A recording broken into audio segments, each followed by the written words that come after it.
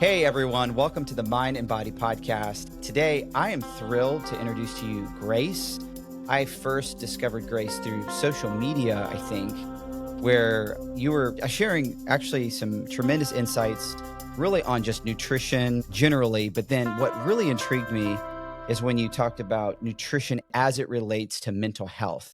I think especially anxiety. And that really stood out to me. I knew instantly when I saw one of your reels, like, Grace, I need to have her on. If she would come on the podcast, that would be awesome. I had Ryan, her husband, on to talk about strength training. We were talking about periodization, and it's been really neat to see you guys work together because you guys own a business where you're coaching people on the nutrition side, on the training side of things. You guys are kind of like a power couple. I really enjoy seeing y'all's content. So thank you so much for coming on the channel. Yeah, of course. Thank you for having me. It's always an honor to be able to share about the things that have impacted my life and my health so much. And I know that there's nuggets in here for everybody else too. Now, for those listening in, Grace has a master's degree in nutrition. Is that right? Yes. Okay. Yeah. And I like to call her an expert. She gives me a little pushback on the term expert, but that might slip in a few times, but she definitely I think has we're put. all learners, right? Yes, I love that. Some of us are a little bit deeper in the pursuit of knowledge on really niche topics than others, but I think we're all learners at the end of the day. 100%. And I think I mentioned this to you before, but when it comes to like scholarship or being an expert, it's something you want people to associate with you instead of like, I'm the expert. And, you just feel kind of snooty Right. trying to say something like that. But when I started looking into your material, I realized, oh my goodness, Grace has published a book. You have a ebook on your website.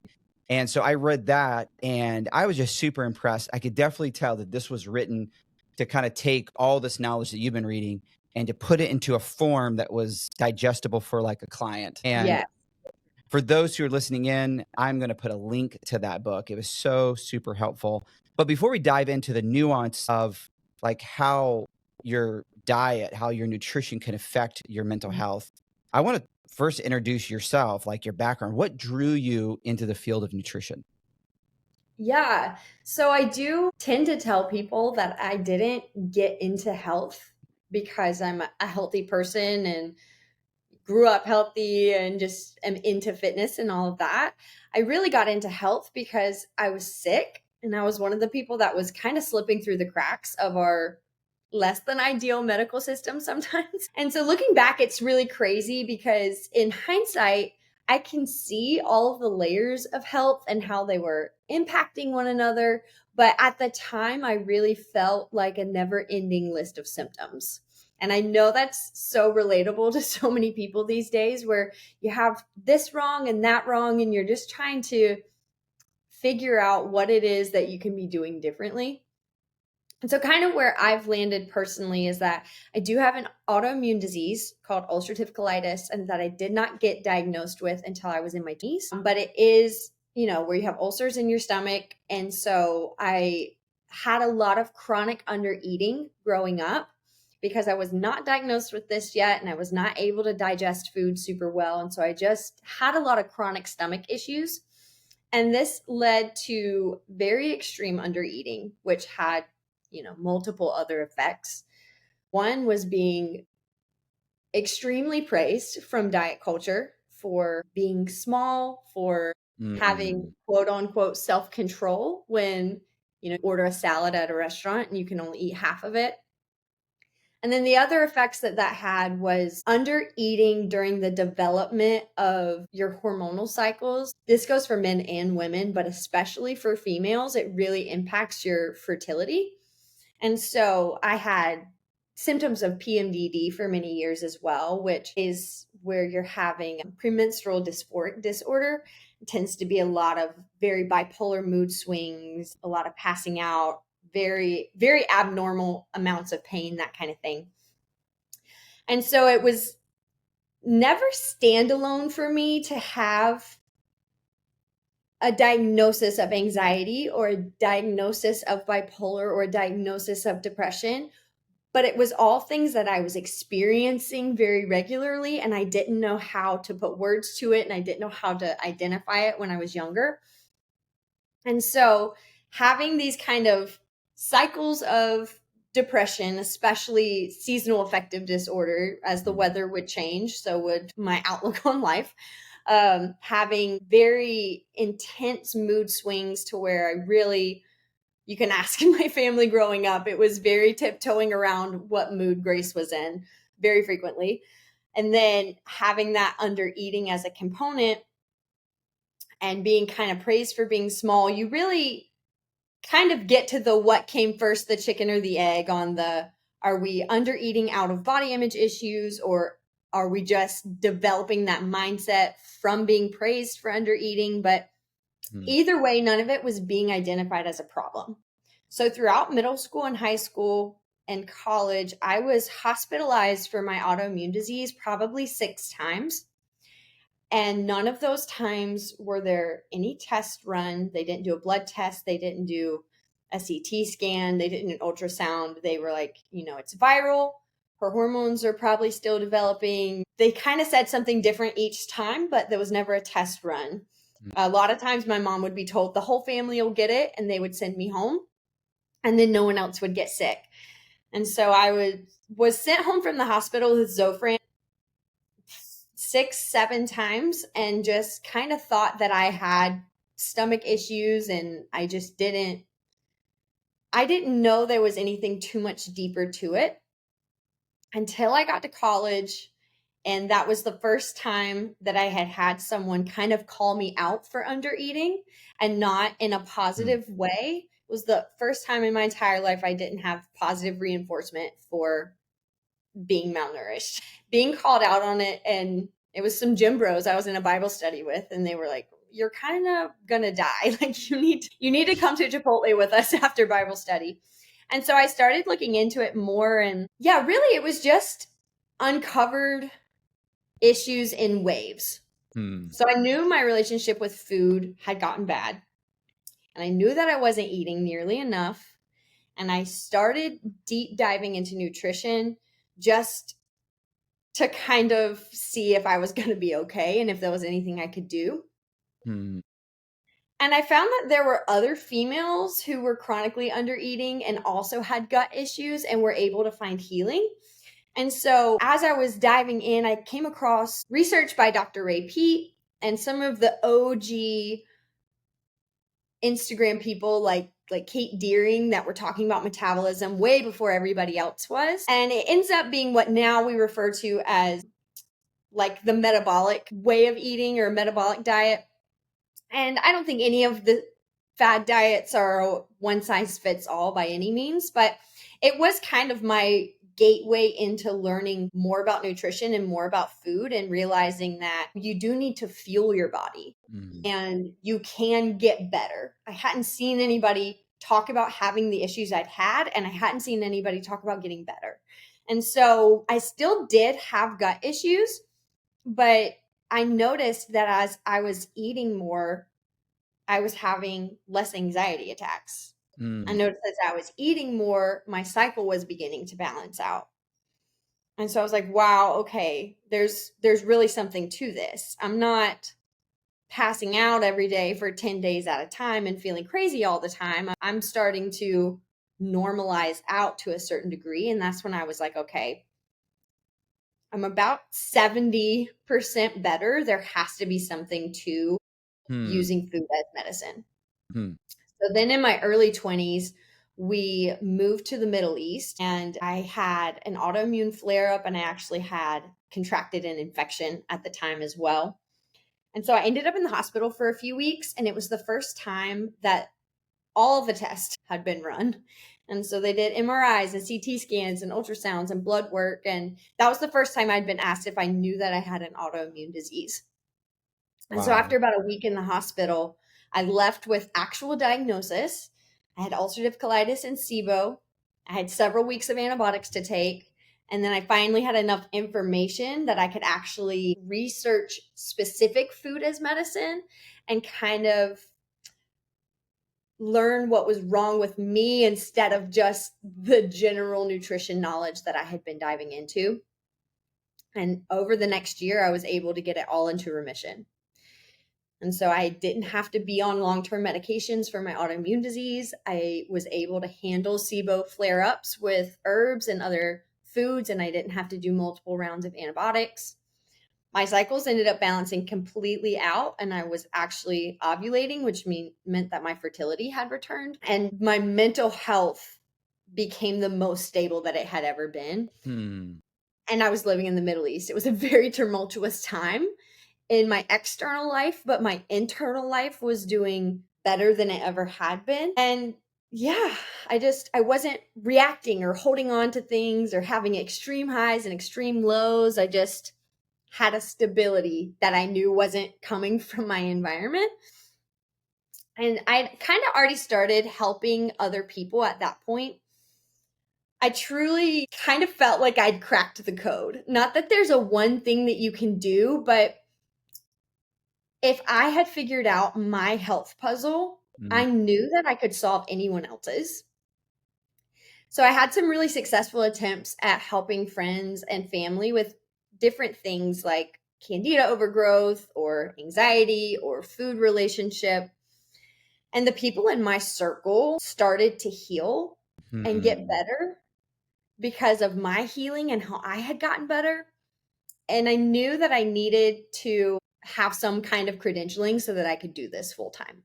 So that's when I started applying to master's programs that I had no business being accepted into, but I kind of shared my story and my entrance essays, and they were like, we'll help you get all of your missing science credits if you're able to start in our winter cohort. So I started beginning of 2023, and then I finished that up in the end of 2024.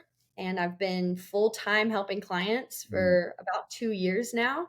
Wow. And I absolutely love it. I haven't narrowed down to a super specific niche working in the nutrition community because it really is also connected. So many people are dealing with gut issues and hormone imbalances and thyroid problems and mental health struggles and a difficult relationship with food. And most of them have kind of been dismissed or told certain things are normal, but it doesn't have to be normal. And it's Mm. all so connected, and food and lifestyle can impact so much. And I'm not anti our medical system. I'm not anti medication. There's 100% a time and a place for it. But I also think that a lot of people don't realize how much their daily habits are impacting their health. I love helping people connect the dots and see the bigger picture and figure out sustainable steps that will actually work for them. And kind of what always made sense to me was that food impacts how your stomach feels. Mm. But what took longer for me to realize was that nutrition is affecting every single aspect of your life because, everything that we eat is building everything that our body uses. Mm. So none of our hormones, none of our neurotransmitters, none of our health is built out of thin air. And so that's one of the things I'm excited for us to get into in this conversation. Yeah. You know what I find really interesting? Correct me if I'm wrong here, but it sounds like to me the issue you were trying to solve was like, I have gut discomfort. I'm trying to resolve this. Weren't necessarily trying to say I want to fix my gut health so that it fix my emotional Mhm. state. But you started to Right. realize the food I'm eating is fixing my gut health, but it's also affecting my moods, my, balancing out my period so it's not as like crazy severe or whatever. So you started to connect like this is a cumulative thing like, oh hey, when this starts to change, it's also affecting this. So it kind of led you into a deeper study. Oh, absolutely. I had no idea that you could just stop having panic attacks. I had no idea that panic attacks could be very correlated to your blood sugar. I Mm. just didn't know Mm. any of it. And I think that's where a lot of us are. And so it's really valuable information to be like, oh, these things that I do can actually impact the way that I feel. And not in a shame way, not in a do better way, but in a we have so much more control than we feel like we do. And that should be really empowering. Yes. Now, before we dive into the science of this, I'm so interested to hear you unpack this in more detail. But one thing I really love that you did in the book, and I think it'd be good to segue to this for a moment. In the book, I think it's your introduction, you talk about like there are three particular ways that people address or should address like mental health. And some of that could be psychotherapy. So you're Mhm. just addressing the way that you're thinking, right?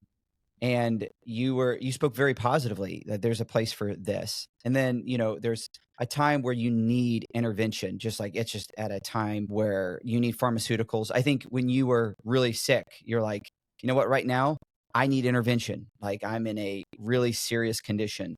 So you see a place for that. I think you mentioned that in your book. Mhm. But oftentimes it falls short of just like psychotherapy, pharmaceuticals, and we're really missing. It's almost like we're dealing with symptoms, but we've failed to really address the underlying systems that are creating this environment.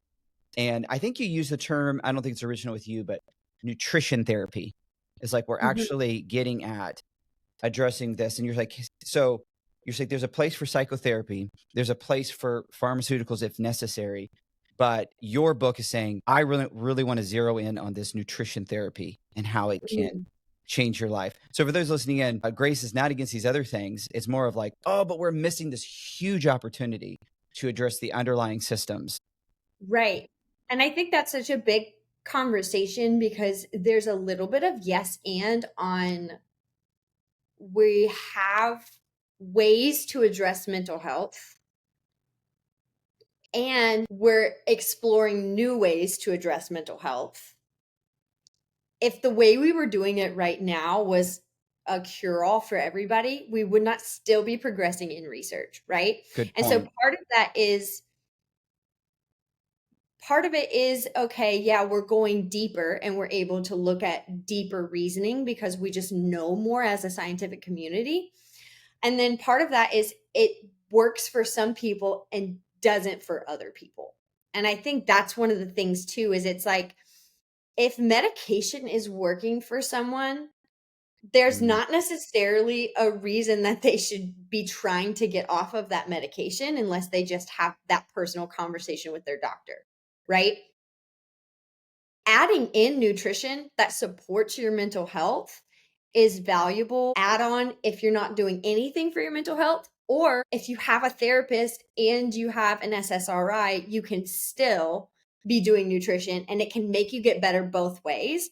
I think one of the main reasons science started diving into what's the cause is because SSRIs don't work for everybody. A lot of times people can try different ones and find one that does. And then there's a lot of times where it doesn't ever. And so it's more so we're just building on the shoulders of science that already exist, right? So it's like, it's not that there's anything wrong with what we're doing right now, but it's not working for everybody. And we can go a little bit deeper now with the science we have of epigenetics and just the more we know about nutrition and how different vitamins and minerals are actually used in our body. Mm. And so we're just building on with new science. So it doesn't necessarily throw out everything that we know so far. It walks on the shoulders of that to get us a little bit further and a little bit healthier in the mental health space, if that makes sense. It does. So let's dive into some of the science here. So and feel free to take this question and expand upon it in a way that you feel like is more full. But from a scientific standpoint, how does our like gut health influence our brain function and mood? And feel Okay, free to yeah. elaborate that in any way that you think would help the audience. Cool, cool. Okay, we'll zoom out just a little bit from that. And let's talk about what we mean by mental health in general and how food affects mental health. And then we kind of touched on a little bit why science would attempt to explore new avenues of treatment. So let's get into that a little bit first. So when we say mental health, we are talking about a very wide range of things. Emotionally, how you feel day to day, whether you're anxious or calm, your ability to focus, your ability to make decisions, things like irritability, energy levels falls into that, your sleep quality falls into that. And so mental health is a very complex topic and it's influenced by a lot of things. So we do have genetics. We do have your environment.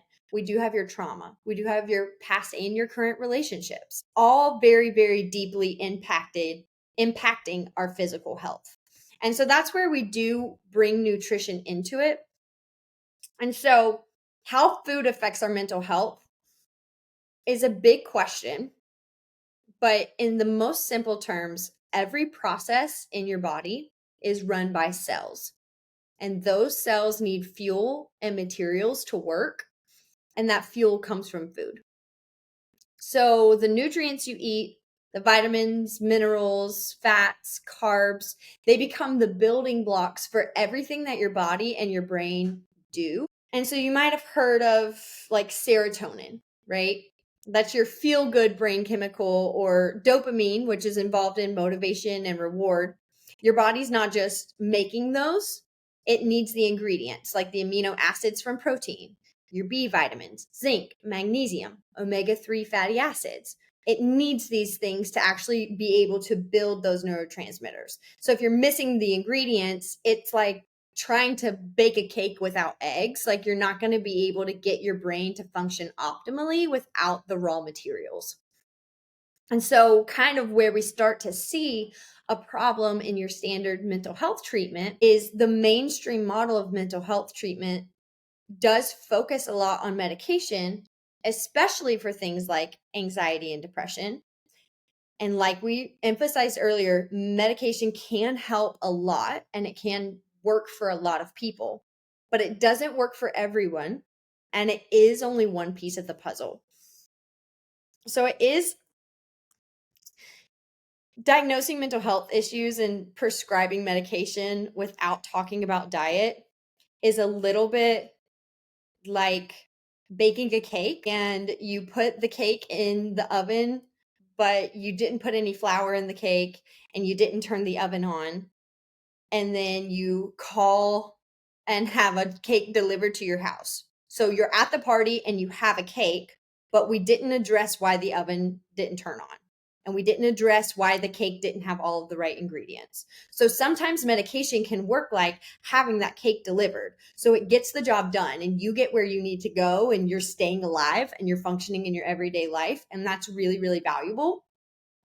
But now we have the opportunity in where we're at in science to start asking deeper questions like, why are neurotransmitters like serotonin low in the first place?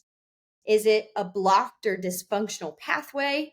Is it a nutrient deficiency? Is inflammation playing a role? Could gut health be a missing link? And so all of these questions are just pushing the field forward. Like we said earlier, we're building on the shoulders of science before us, not disregarding it or throwing it out. And so, yeah, kind of going into what exactly that looks like in that brain gut axis and kind of why that's such a hot topic in our mental health space right now is basically, in the simplest terms, that gut brain axis is going to be a two-way street between your brain and your gut. They're constantly talking to each other. And you've probably experienced this before without even realizing it. You know, butterflies in your stomach when you're nervous, or stress making you kind of lose your appetite before a big presentation, or the opposite, stress making you need a snack when you get home from work after a stressful day. There's just lots of different things that we have in our everyday that we don't necessarily think of consciously, but it's happening because your brain and your gut are communicating all the time. And so one of the main ways that your gut is affecting your brain is that many of your neurotransmitters, which are the brain chemicals that are influencing your mood, those are made in the gut. So serotonin, like we talked about earlier, that's made, almost 90% of it is made in your gut instead of in your brain. GABA, the one that makes you feel calm, that one's made primarily in your gut as well. And so it's like a communication network of your nervous system, your hormones, and your gut microbiome. And that's kind of how it's all working together as far as neurotransmitters are concerned. Does that make sense so far? You want me to dive into some examples? Yeah, I think that'd be really helpful. Could you explain how like certain nutrients or deficiencies could like directly affect neurotransmitters or hormone balances type of thing. Maybe kind of getting into some of those specifics. But again, I don't want to go too Yeah, fast on absolutely. your funneling No, in. that's perfect. That's perfect. So, a good example that we can kind of follow the trail through that line of thought is to have serotonin. Your precursor for serotonin is tryptophan, right? And so that means that that is the initial building block. You have your precursors, which are your building blocks.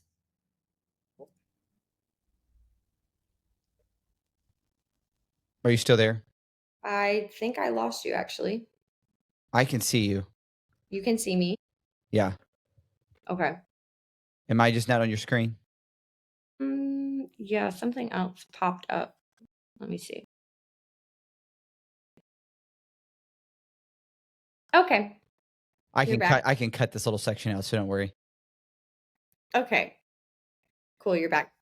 I was like, no, we've crashed. Okay, so I'll just back up and start that little thought process over. So, a good example is when you're thinking about serotonin and wanting your body to produce more of that neurotransmitter. The precursor for that neurotransmitter is tryptophan, right? And so tryptophan is something that you get from eating protein rich foods. So turkey, chicken, eggs, dairy, nuts and seeds, tofu and soy products, and salmon. Those are all ways that we can get more tryptophan into our body. Well, once the tryptophan is in your body, then there's certain cofactors that are involved in the process of converting tryptophan to serotonin. So tryptophan in your gut converts to 5-HTP, and then that converts to serotonin. And the cofactors that you need for all of those conversions to take place are B6, B9, vitamin C, magnesium, and iron. And so you not only need the actual building block for the serotonin itself in the tryptophan, you also need to be eating the foods that are rich in B vitamins, right? Your leafy greens, your red meats. You need to be eating foods that have vitamin C, like your citrus and your bell peppers. And then once you have all of those ingredients in there together, you have to have a healthy gut microbiome for all of the conversions to actually take place. So if your body is stressed and your body doesn't know the difference between stress from work, stress from under eating, stress from your body doesn't know the difference between being chased by a lion and missing lunch. It doesn't. And so if your body's stressed, if it's sick, if you have too much inflammation, then tryptophan can actually be diverted away from serotonin production, and it can go into a different pathway, the kynurenine pathway, which can lead to fatigue and low mood because that pathway is a key regulator in your immune system and it plays a role in cellular energy.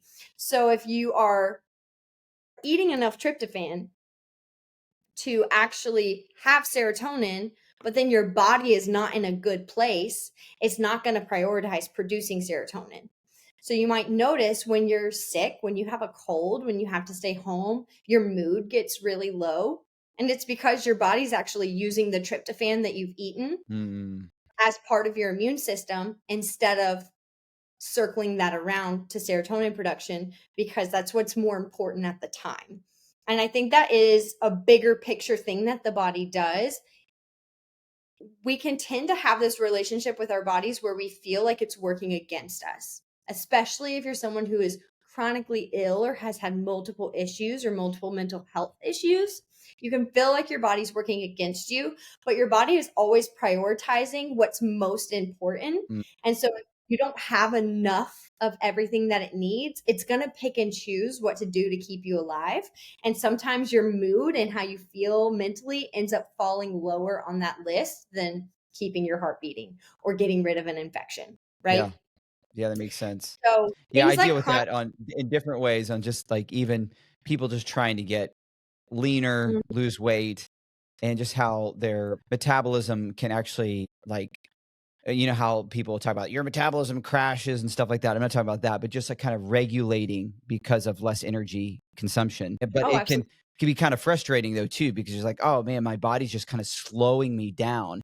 Even my like, active thermogenesis and all that kind of stuff. It's just like my body's kind of slowing me down to where I'm not moving as much. Maybe my workouts are not as intense. It's trying to slow me down to conserve that energy.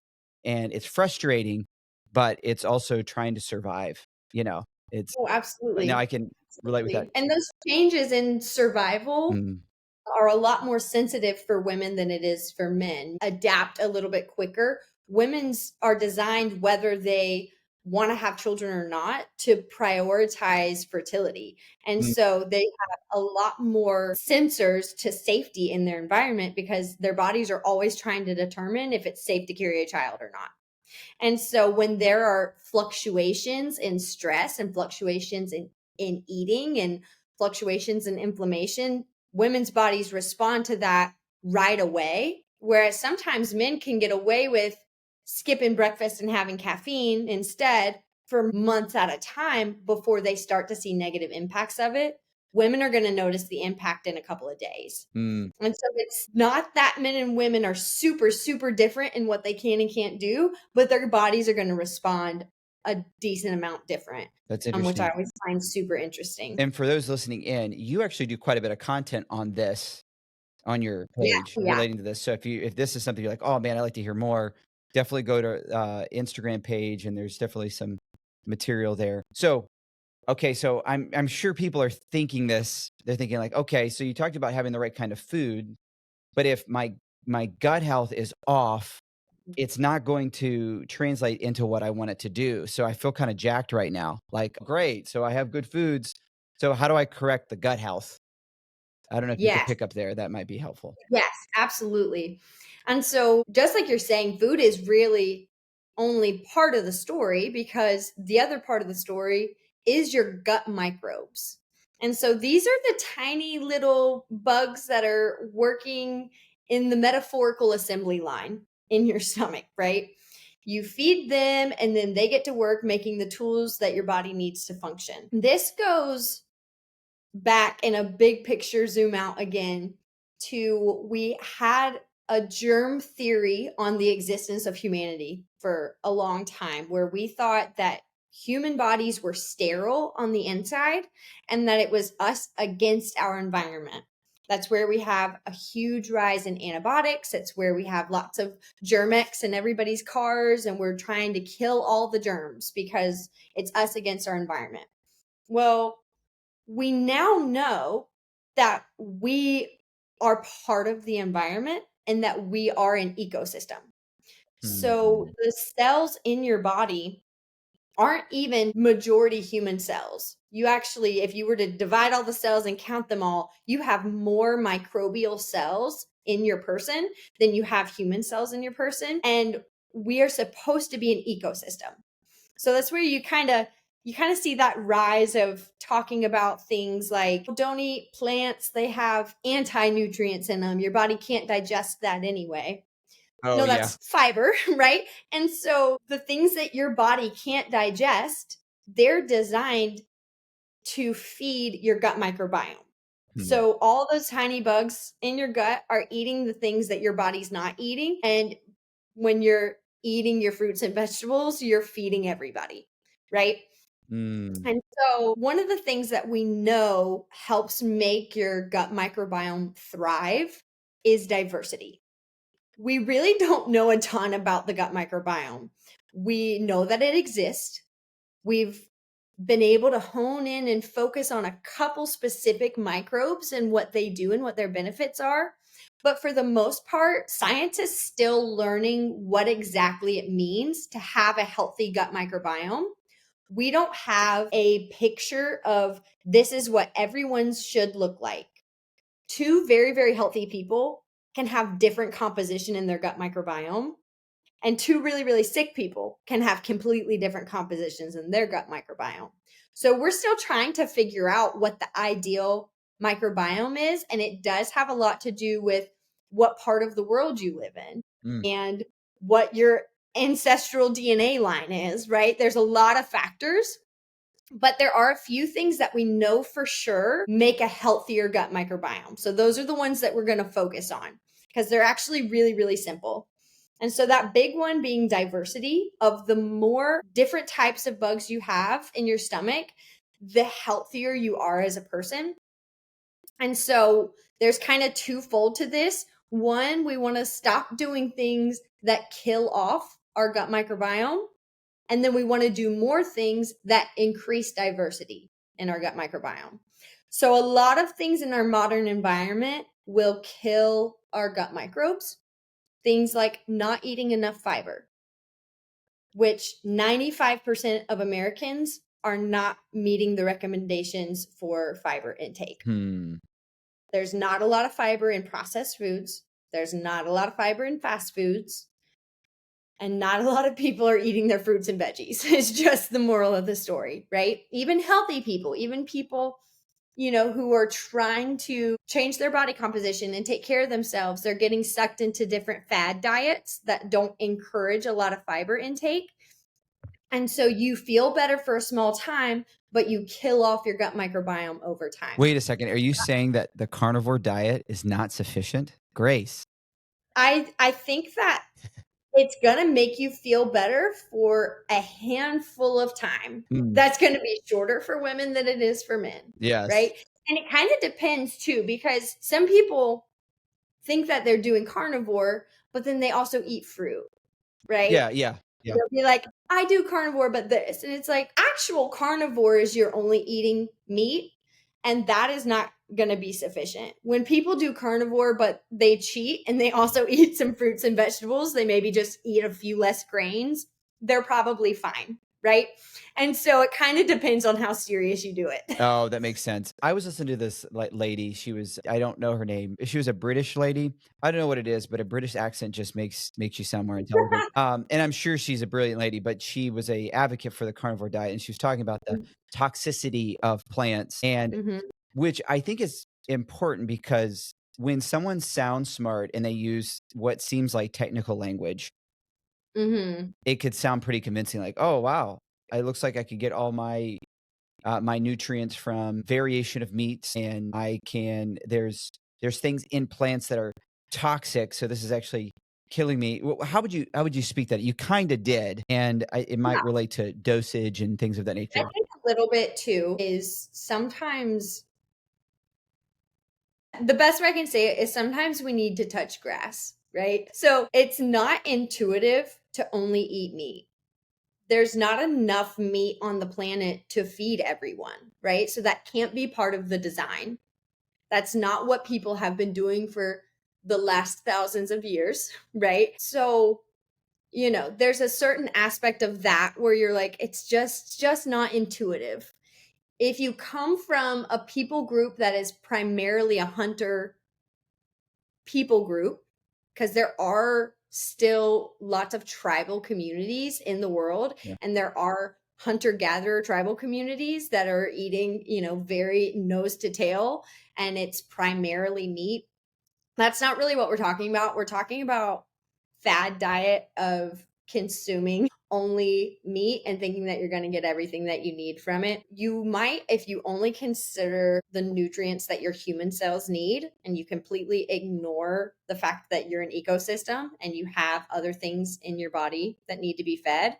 And then also, I'm just telling you, whoever's listening, your favorite carnivore influencer is either taking fiber pills or they're not pooping. That's it. They're doing one or the other. You can't without fiber. That's not how your body works. So they are either not actually sticking to the diet they're promoting, or they're taking fiber pills. Yes. I feel like just calling them all out right now, just like finding the influencer, like you're either not pooping or you're not taking your fiber pill. Right. Yeah. And what you'll find is a lot of the more popular ones, they do have a good 20 to 30 supplements that they're taking every day. Yes. No, you're right. If you can financially sustain taking 20 to 30 different supplements every day, and that's your preference, right? More power to you. Most of us are regular people that can afford maybe one or two. And you know what's cheaper than 35 different supplements? Bananas and apples Yes. and lettuce. You know what I mean? Like eating real food is not some like big expensive out of reach thing. I think we've made health so unattainable by painting that picture. It really is not about having 30 different supplements and having, there's obviously varying qualities of meat, but Yeah. it's still better to eat real food than it is to not eat, Yeah. and take a bunch of supplements instead. And so it's a lot more accessible than the internet has made it these days. So this is my plug. If you're looking for coaches who understand your real life and can help you get started, hit us up. Yes, yes. So Grace, not only does she have her own story, which I love your story because it's not like you're like, oh, what am I going to do? Hey, let me try this career. This sounds fun. It was birthed out of your own pain, which turned into a passion to help other people, which I think is incredible. Which not only can you speak to, hey, I've been on this journey myself, and you're still, dealing with trying to manage your own condition as well, but being able to come alongside people. I'm sure it's incredibly fun to be able to see people set Oh, free to it's where they felt like they were, trapped. Like, this is the way life is. I got to continue this way. And you've helped them slowly but surely change those habits. so rewarding. And, you never tire of waking up to messages from people being like, I am literally thanking God every day that Mm, I crossed paths with you and Ryan, because I didn't realize how defeated and hopeless I felt until I don't feel that way anymore. yes. Yeah. So let's go a little bit more. And you said something like, stop like eating things that kind of kill off a good gut Yes. microbiome, and then So you like one of the feeding it. Like, so could you give us some, what would be good to feed? And I know like some people would be like, well, my goodness, 30 different kinds of like vegetables and stuff. Maybe even break that down Mhm. to kind of help with like, this is easier than you think it is. Yes, absolutely. So let me finish running through my list of things that we kind of want to think about as in killing stuff off. So we have not eating enough fiber, and that's such a big one in the US right now. Overuse of antibiotics. So we obviously, antibiotics are keeping people alive at some points. They kept me alive at some points. But when we throw them at every little thing that's going on, that really kills off your gut microbiome.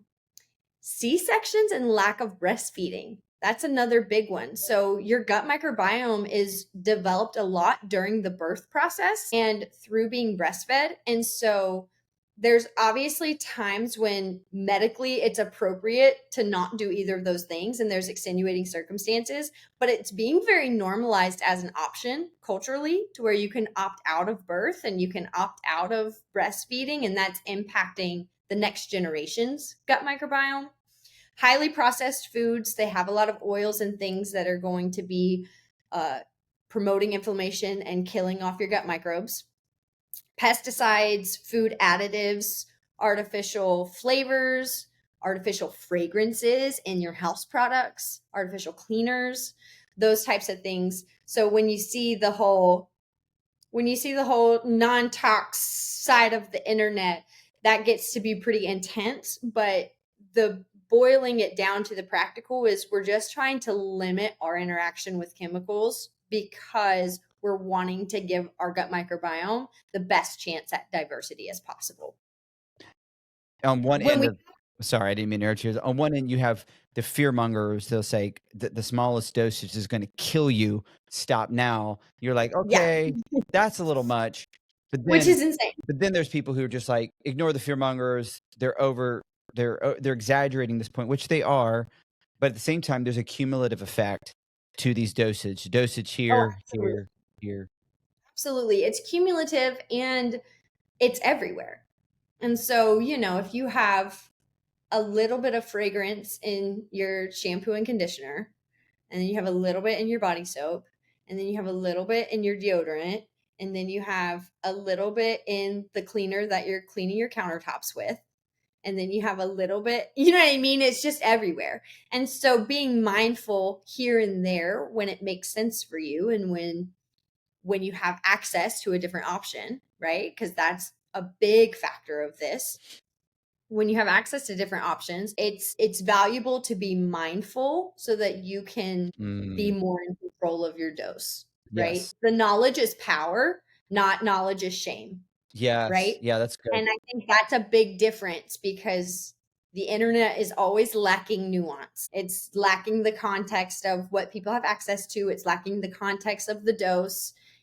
And a lot of times people are just building their brand and making their money, and it's not really about helping people, right? Mm. And so you just have to be a mindful consumer when you're looking through health stuff on the internet. So I have a question. This might be a rabbit trail, but if it's okay, I'd like to chase it just a little bit. Seed oils is a big conversation today. Yes. And we will get to that when we talk about inflammation. Okay, let's save it. Let's save it. Yes, because we will touch on that for sure. Okay, so things that we can do to rebuild your gut microbiome and to have more diversity. Eat a variety of fiber. So both your soluble and your insoluble fibers. Include fermented foods. So yogurt, kimchi, kefir, sauerkraut, your fermented foods. Incorporating prebiotics, which are helping grow new bacterial colonies. The prebiotics are the things that the bacteria is eating. So your insoluble fiber is going to be a prebiotic. You can also take prebiotics as supplements. And then considering probiotics in a supplementation form as well. I think that a lot of times in certain seasons, I have taken probiotics, and in certain seasons, it has been more beneficial for me to get it from fermented foods. But probiotics is one of those things that we don't know enough about what a healthy gut looks like to be able to tell each person exactly which one they should take. So if you have one that works for you, keep taking it. If you are trying to find one that is going to work for you, it would be beneficial to work with a practitioner because the trial and error of finding the right probiotic can just feel a little bit overwhelming. Probiotics, when you take them, they don't actually stay in your gut and form new colonies, but they still provide a lot of byproducts and a lot of benefits as they pass through. And we're not 100% sure why at this time, but they do. And so if you have one that works for you, it's really beneficial to keep taking it. And then postbiotics is an interesting area of research where we're looking into how can we have a supplement where you're taking the byproducts of the probiotics so that it's already broken down to the next level. It's still kind of experimental and expensive, but it's an interesting thing to keep your eye on as this field keeps growing and that kind of thing. Quick tangible example. One of the microbes that we do actually know a little bit more about is bifidobacterium. And so it's one of the ones that's especially important for mental health. And it actually feeds on colostrum. And colostrum is that super concentrated, antibody rich milk that babies get in their first few days of life. And that kind of ties everything together of how would breastfeeding impact your gut microbiome? Well, that colostrum you get those first 3 or 4 days of life basically feed what will become your entire colony of bifidobacterium, which is a really important bacteria to have in your gut for mental health and other functions later on in life. And so that's kind of why you are beginning to see a rise of colostrum in a supplement form, because it's like as soon as we know something about something, everyone's trying to make a supplement for it. It's a combination of people wanting things to be accessible to the public and people wanting to make money off something that's new. It's always a little bit of yes and. So colostrum supplements from brands like Armra or Equip are some of the bigger ones that I've seen. The goal with taking something like that is to help your gut grow new bifidobacterium colonies if you have done a lot of rounds of antibiotics that have killed them off, or if you weren't breastfed as a child and that's something that would be beneficial for you, that kind of thing. So not all products are created equal. So you do want to do your research if you are going to supplement, and it's always wise to work with a practitioner, but that just gives you some context and some practical for how the probiotics and such are working in your stomach. Mm, mm. So I don't know if this is a linear question here. So if there's another step in the process, let me know. But Okay. talk to us about the inflammation side. Yes. Yes. So we're kind of having these disjointed pieces, but they're gonna all come together as we keep going. So we talked about with your mental health, you need the actual components of the food, right? You're not gonna build your neurotransmitters out of thin air. Mm. And then we talked about your gut microbiome and how your body is not able to function the way that it's supposed to and build the neurotransmitters, even if you have everything you need, if it's landing on bad soil, right? Mm. You can throw really good seeds on really bad soil and your plant's not going to grow. Same kind of deal. Inflammation is another really interesting piece of this conversation because inflammation is at the root of so many of our modern diseases, and it's very impacted by food. So everything is kind of connecting to each other, right? So the foods you eat build your neurotransmitters, but the foods you eat also feed your gut microbiome, but the foods you eat also regulate your inflammation. Mm. So it's like these pieces that are impacting your mental health are all individually impacted by your food choices as well, which is why we're going to touch on all of them. Yes. This reminds me in the human super organism by, Yes, great what's book. the guy's name who wrote it? It's Rodney. I don't have his name in front of me. I have his a quote here, but I didn't have his name down. I don't know why. But he said the vast majority of chronic diseases are linked to microbiome imbalances. And then he also Mhm. said, fix your microbiome and you may not need to fix anything else. I thought that was like, wow, that is really bold statements. But like it True. It's true. And part of that is because of how much your gut microbiome impacts your overall health, but it's also because of how many things impact your gut microbiome. mhm. My case is actually a perfect example of this. I was only setting out to fix my gut health, and all the things that were causing my gut health and all the things that my gut couldn't do when it was unhealthy fixed all of my other problems, Yeah, right? good point. And so it's the same thing where it's like sometimes it is because of how much your gut is influencing your health, but also it's because the same things that are influencing your health negatively in other ways are going to show up really extreme in your gut microbiome. Yeah. Yeah. So that's a great quote though. That's a great book. It's one of the most comprehensive books we have on the gut microbiome. It's maybe 10 years old now. It's getting to be a little bit old science, but it's still like the most comprehensive if anyone's wanting to do a really nerdy deep dive. It's Yes. not a super accessible book, but it's a good I one. read it a couple years ago and I did feel like I was like, "Hey, I got some from it." Some of it was a little much at that time for me. Yeah. But then when I read or actually saw your reel, you mentioned the book. And I was like, "Oh." Mhm. I flipped back through it again and I had some quotes I have like a file of quotes and different things, Yes. remind me of the book. So I was kind of going back through it. So it was really helpful. But yeah, it's a super awesome book to go through on this topic. But yes, I didn't Oh, mean to interrupt your flow of thought here.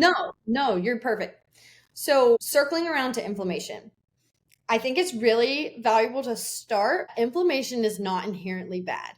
So, inflammation is actually part of your body's natural defense system.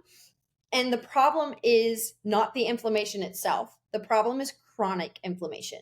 So, when inflammation becomes your body's default mode, that's when it's going to start wreaking havoc on all of your systems. And so chronic inflammation has been linked to depression, it's been linked to anxiety, brain fog, autoimmune conditions, heart disease, metabolic disease, obesity, diabetes, like all of these things, Alzheimer's, dementia, everything that we have going on, there's inflammation somewhere at the root of it, right? And so we're not going to say that inflammation by itself is causing all of these things because that's not true, but it's correlated to all of them. And if you dig deep in every case of depression, there is going to be some inflammation somewhere, right? And so that's one of those things that it's like It has a really strong correlation with a lot of different things, and we can impact it with food. So that makes this a really valuable conversation. Where does diet come in? And where do all these oils come in? This is a conversation that is lacking so much nuance on the internet. But a big factor in inflammation is the ratio in your body of omega 6s to omega 3s. So, omega 6s are your pro inflammatory fatty acids. And remember, inflammation is good. We do want inflammation. And omega 3s are your anti inflammatory fatty acids. So, these are both things that you get from food that are designed to regulate your immune system, right? So, in an ideal world, we're having them in maybe a 1-to-1 ratio or even a 4-to-1 ratio. Kind of depends on what literature you read. 4-to-1 being your omega 6s are at 4 and your omega 3s are at 1. So you are looking for more of the 6s than the 3s. In the US, again, depending on the exact literature you read, it's anywhere from a 14-to-1 omega 6s or a 24-to-1. So we are having 3, 4, 5 times the amount of omega 6s that we should be having in ratio to our omega 3s. Wow. This is two-part. We do not eat enough foods in the US that have omega 3s in them, right? It's not culturally a part of our everyday to have salmon and mackerel and herring and sardines the way someone in Japan is, right? So that's part of it. The bigger part of it is the overconsumption of the omega 6s. So omega 6 are found in these industrial oils that are used in pretty much all fast food and all processed foods. So canola oil, soybean oil, corn oil, vegetable oil, on and on. Pretty much all of your industrial oils are going to be very, very rich in omega 6s. Omega 6s aren't evil, but when they overwhelm your diet and they outcompete omega 3s, it becomes a problem because they are using the same pathway. So not only are they needing to be numerically kind of in balance with each other, they also are using the same pathway to be metabolized, essentially. So if you have too many omega 6s, it can block out the omega 3s entirely, right? So that's when you're having chronic inflammation because you're chronically processing omega 6s and there's no anti inflammatory fatty acids to balance that back out, Oh, that's right? really interesting. So Yeah. it is. It's very, very fascinating. And you can tell when people are talking about it on the internet that they don't have a background in biochemistry because it's being, you know, it's being very weaponized on both directions. We have seed oils are bad, seed oils are going to kill you, very anti seed oil, fear mongering. And then we have omega 6s and omega 3s, like those are all better for you than your saturated fats, and they aren't linked to heart disease the way saturated fats are. And these people are crazy and they're not following the science, right? Both of those are really too polarizing for the nuance of this conversation because omega 6s aren't bad, but they do have to be in ratio, right? And so there's one other kind of layer to this where a lot of these particular oils are processed and oxidized before they ever even hit your plate or hit your shelf in your kitchen. And so that creates free radicals on its own, which is another source of inflammation. And so if you're not buying high quality oils, there's a good chance that they are rancid before you consume them. If you eat out at a restaurant, there's a really good chance that they're on their 15th deep fry in the same thing of oil and it's already rancid, right? And so there's that other component of you're introducing the free radicals in. But if we're thinking about dose primarily, if you turn around any packaged item at the store, you're really likely to see some kind of seed oil. some kind of vegetable oil, some kind of canola oil. It's going to be in chips. It's going to be in frozen dinners. It's going to be in alternative milks and creamers. It's going to be in breads.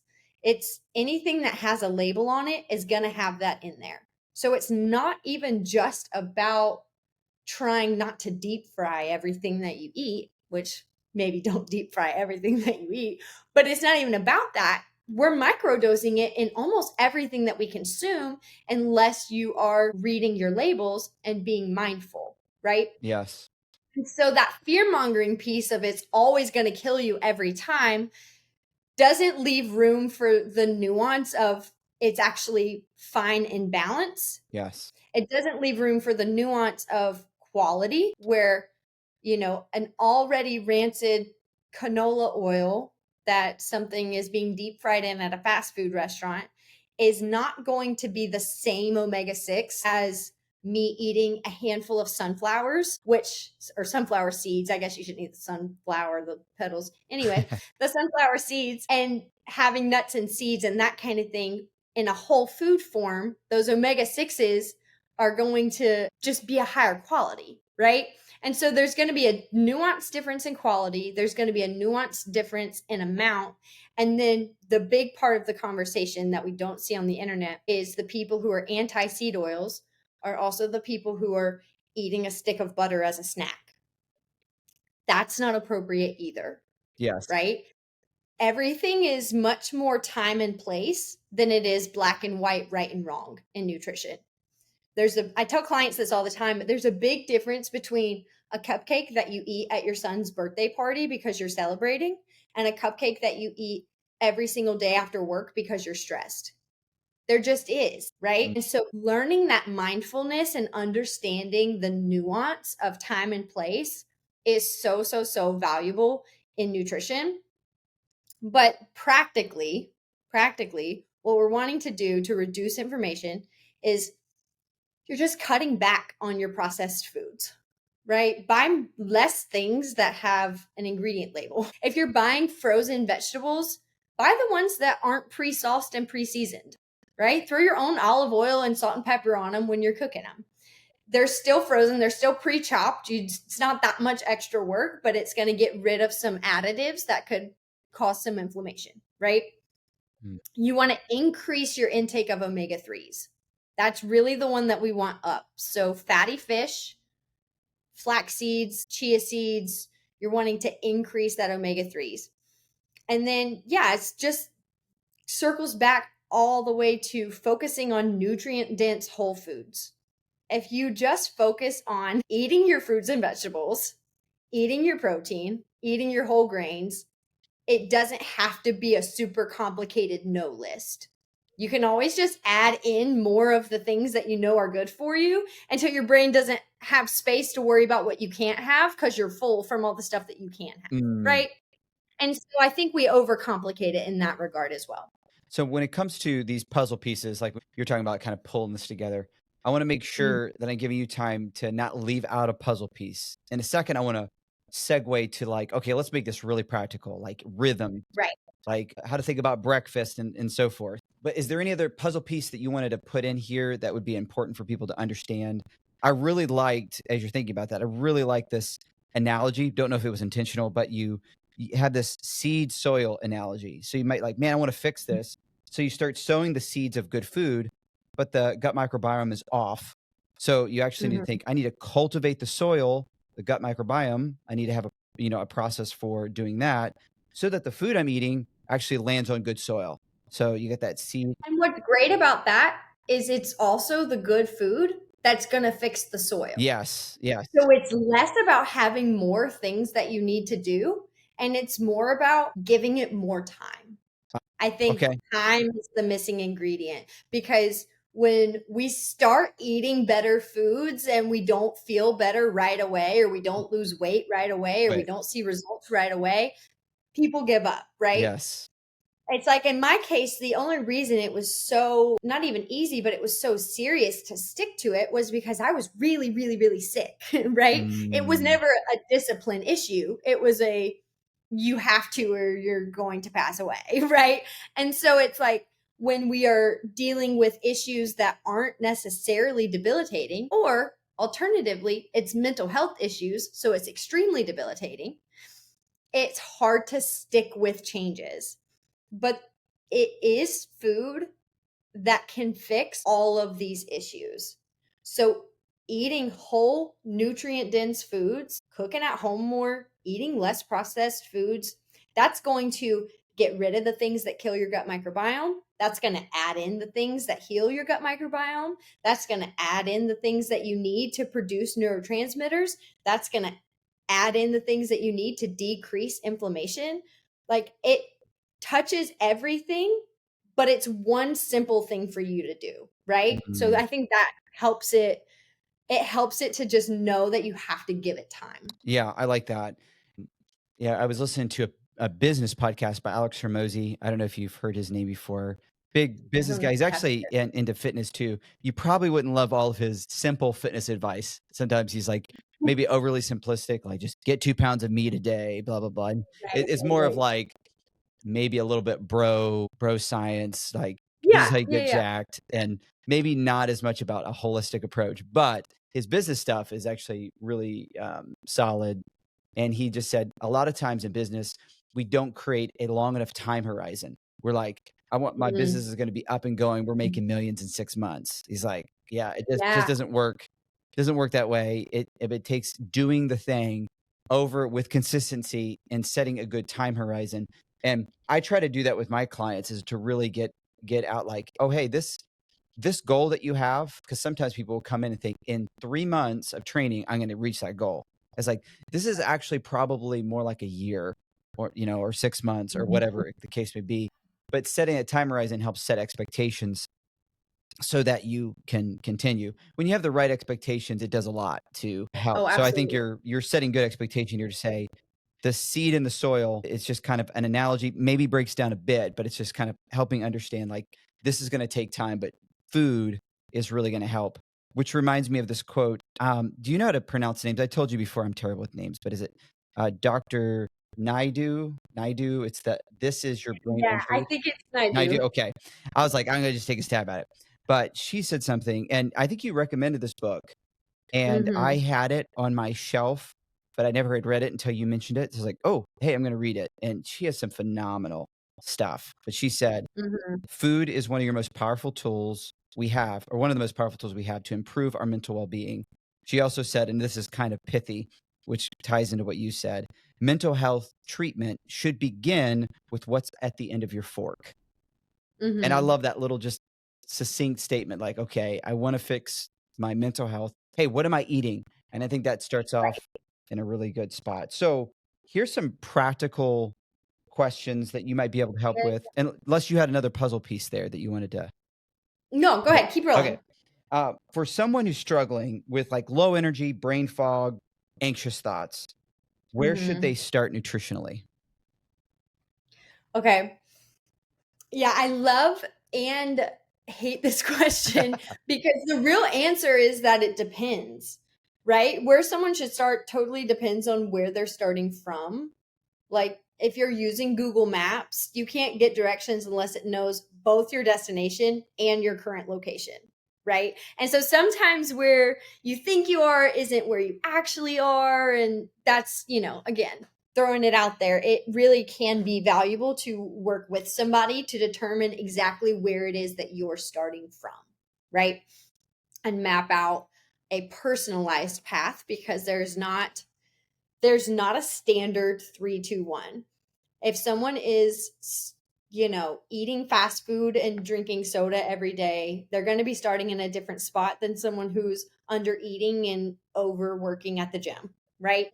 Both people are likely experiencing anxiety. So there's not a super cut and dry answer to that, but there's a handful of things that I would definitely have people look at. So a big one is just eating enough, right? You want to make sure that you're eating an appropriate amount of food, and it's very accessible online to look up a calculator. What's your activity and what is your really activity, right? Not your ideal activity. What are you actually doing actively currently?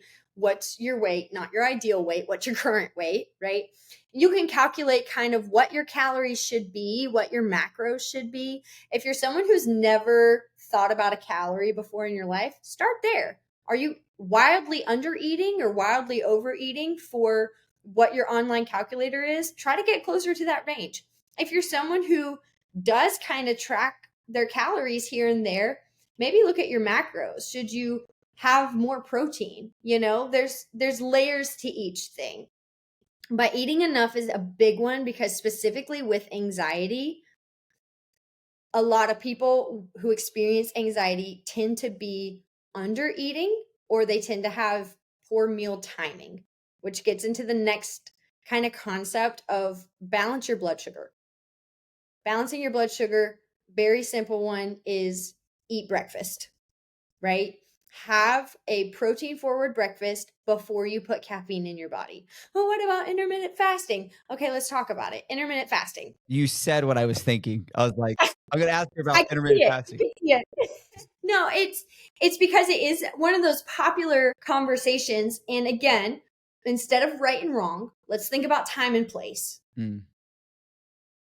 Women in their fertile years, probably across the board, should not be intermittent fasting. Men tolerate intermittent fasting a lot better, and most of the research on intermittent fasting is done on men, and that works really well for a lot of people. If you are regularly experiencing anxiety, it's not your season for intermittent fasting, right? Mm-hmm. You need to be able to function through your day without having panic attacks. You need to have a regular sleep schedule. So intermittent fasting is not going to be part of this season for you. If you're someone who is struggling with anxiety or brain fog or inconsistent energy throughout the day, we want to be eating a breakfast that is more than a bowl of cereal, right? We want a protein forward breakfast and then caffeine. I'm not even saying to get rid of your caffeine, but eat your breakfast before your caffeine.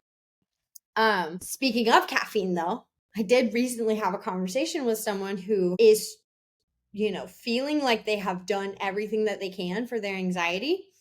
And they've tried to come off of medications, and they, have been at the gym, and they've been to therapy, and they've been trying all these things for their anxiety, and they just feel like nothing's working.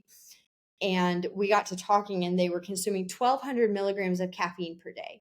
And they're like, oh yeah, caffeine doesn't affect me. Yes, it does. It's the anxiety, right? Like that is the effect. And so a lot of times if someone is having a coffee in the morning, or if they're grabbing an energy drink a couple of times throughout the day, it's really easy to exceed that 200 to 400 milligrams of caffeine. In this day and age, there's a lot of accessibility, and you would be shocked how many people are grabbing a triple shot, but doing that 2 or 3 times a day. And it's like, you gotta pace it out, and you have to be mindful, right? You don't have to quit caffeine, but you do have to be mindful. And if it's not serving you in your current health goals, then it might not be for you in this season. Or maybe you tolerate it really well in a different dose, right? Mm. So it's a lot more about time and place than super yes and no. We've touched on this already, but I would say eat plants and eat protein. You need both. There's lots of people who are pursuing a vegan lifestyle for other reasons. And then I think most people pursuing a carnivore diet are more on a fad train than any kind of moral reasons. But regardless, if you are experiencing anxiety, if you're experiencing brain fog, if you're experiencing sleep issues, if you're experiencing inconsistent energy, it may not be your season for an all or nothing diet. It may be a season of omnivore. Eat your plants and eat your protein. And then, we're going to avoid the foods that are disrupting your gut microbiome. We're going to try to stay away from the artificial sweeteners. We're going to try to stay away from the artificial flavors. And this is so difficult in the gym community because there's lots and lots of grab and go in the gym community. Lots of protein bars, lots of energy drinks, lots of pre-workouts that are chock full of things that are disrupting your gut microbiome. There's also lots of alternative versions that are not. So just be a mindful consumer. I would say the best place to start when you're reading your ingredient labels is being mindful of artificial flavors, artificial sweeteners, artificial colors, and then whether or not it has any industrial oils added to it. That just gives you a starting place, right? Because you're not really going to go to the store with a checklist every time you go. But if you can think to yourself, this would not look, taste, or smell like a food if it didn't have artificial things added to it, that's just a good place to start, right? And then that's going to also help you avoid those foods that increase inflammation. Mm, very well said. Now, with someone who that may be listening in, they really struggle with being depressed. I wonder if there's any Mhm. substantial difference or any advice that you'd give. Maybe you would say something very similar to what you just said, as it relates to like anxiety or just mood in general. But is there any nuanced difference that you would provide for someone who struggles with depression? The biggest nuance difference that I would say with depression specifically is two things. A, even if you want to long term have a holistic solution, it's okay to start with medication or start with something that helps you get out of bed and get to the grocery store, right?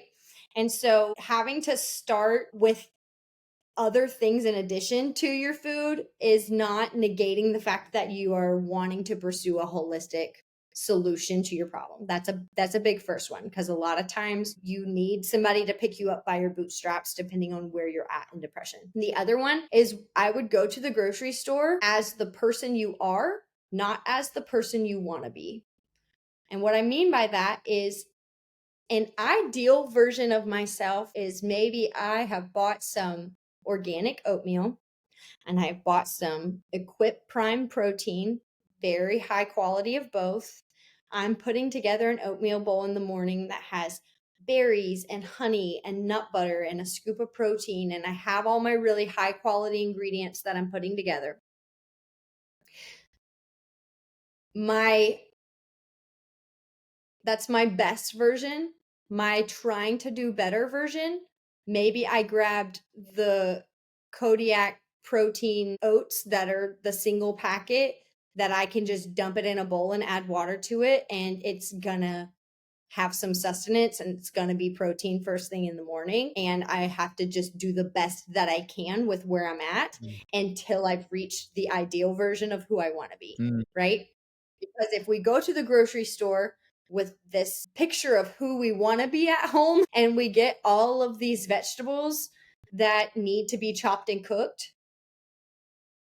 we may not by Tuesday really be able to accomplish that. And then we have a whole thing of spinach going bad in our fridge. yes. Versus if I go to the grocery store with my goals in mind, but also my eyes wide open to where I'm at as a person, I may spend the extra dollar to buy the peppers and onions that are pre chopped, right? I may buy something from the freezer section of vegetables because I don't want the fresh squash to go bad in my fridge, right? And so just being like knowing that you can do better without going all or nothing. And that is the hardest thing for most people that I've coached is that all or nothing mindset. And I say all the time that all or nothing mindsets tend to be the enemy of long-term success Mm, because that slow and steady of just doing better than you were really will get you there. Going to the gym twice a week for 7 years is going to get you a lot closer to your goals than going 6 days a week for a month and a half, right? yes. And so it is a little bit of that slow and steady and not being too ambitious. Buy the canned tuna, it'll stay good in your pantry. You can eat it on some crackers. Like it's just doing the best you can with what you have and not trying to be too ambitious and do too much right away. I think that's a big one with depression, more so than other mental health issues. No, that's really helpful. I love the nuance. And I just love through this whole conversation, your ability to be like, hey, this is not, you're not trying to put it on the territory of this is morally wrong or right, or it's kind of like you're looking at these scenarios in nuanced ways. And it's so much needed, I think, in the fitness community with people kind of shouting at each other across the aisles on different perspective, lacking nuance. And I appreciate your thoughts here. Now, I know we need to wrap this podcast episode up. I've kept you for a long time. Thank you for all this information. But for those listening in, we've been really talking about this bi-directional relationship between gut health or gut microbiome and mental health. And I appreciate the specifics. If you want more specifics, Grace has written a book, as I mentioned, and she deals with this in relationship to anxiety. And it is totally worth the price of the book. It's on our website, and I will link that book. But let's just end with a little bit more about you. You started the story with, I started focusing on what I was eating because I had gut health, but you also had a lot of mental struggles as well, depression, mood. And how are you doing now with now years of being in this space? How's your mental health now? It's such a night and day difference. I was telling somebody the other day, I don't think I can put my finger on the time that I last had a panic attack because it's been so many years removed. And I just never think that that would be, I didn't ever think that that would be my life, you know? And so having my fertility and being fertile in my late 20s after spending my early 20s not fertile is such a mental shift in a positive way. And then I do have flare ups with my autoimmune condition. That's kind of how autoimmune conditions work. You bounce back and forth between remission and flare up, even when you're on medication. But I've been able to manage flare ups with food every time. And I've been able to get it back into remission with shortening periods, you know, so I spend longer time in remission than I do having flare ups. And that's been a huge win for me personally. So yeah, it's honestly been night and day. That's a great testimony to that. Now you're coaching people through this process. You Yeah. Yeah. to close, I like for you maybe to express, do you have any like openings for coaching and anybody else that might be interested in your coaching? And then where can people Yeah. connect with you? Yeah, absolutely. So we do have, my husband and I have our health coaching brand. We coach online as well. So no matter where you're listening from, this could be an opportunity for you. We are Wellness by Wilhites. So we're Wellness by Wilhites. It's WILHITES.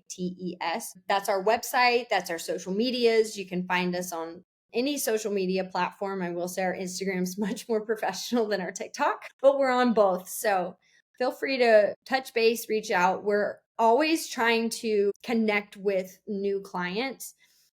I always want to work with people that I know that I can help. So anytime I sit down and I have a consultation with someone and I'm like, I think we're a great fit, it's awesome. And we get started. And if it's someone that I think is looking for something a little different than what I do, I don't hesitate to refer people out to someone else. So even if you just want to set up a free consultation and see if it could be a good fit, you have a place on our website for you to do that. I just followed you on TikTok. I didn't know you were on TikTok. I was like, Nice. hey, they're on TikTok. I feel the same way. Like I definitely focus more on Meta, and then so Instagram. TikTok is kind of silly. It's just I background know, stuff a but little. like I just wish I could dance though. If I could dance, I feel like I could really go somewhere. But that's funny. That's all. No, this has been fantastic. Thank you so much for coming on the channel. It's been a joy. Thank you for joining. Yeah, absolutely. Thanks for having me.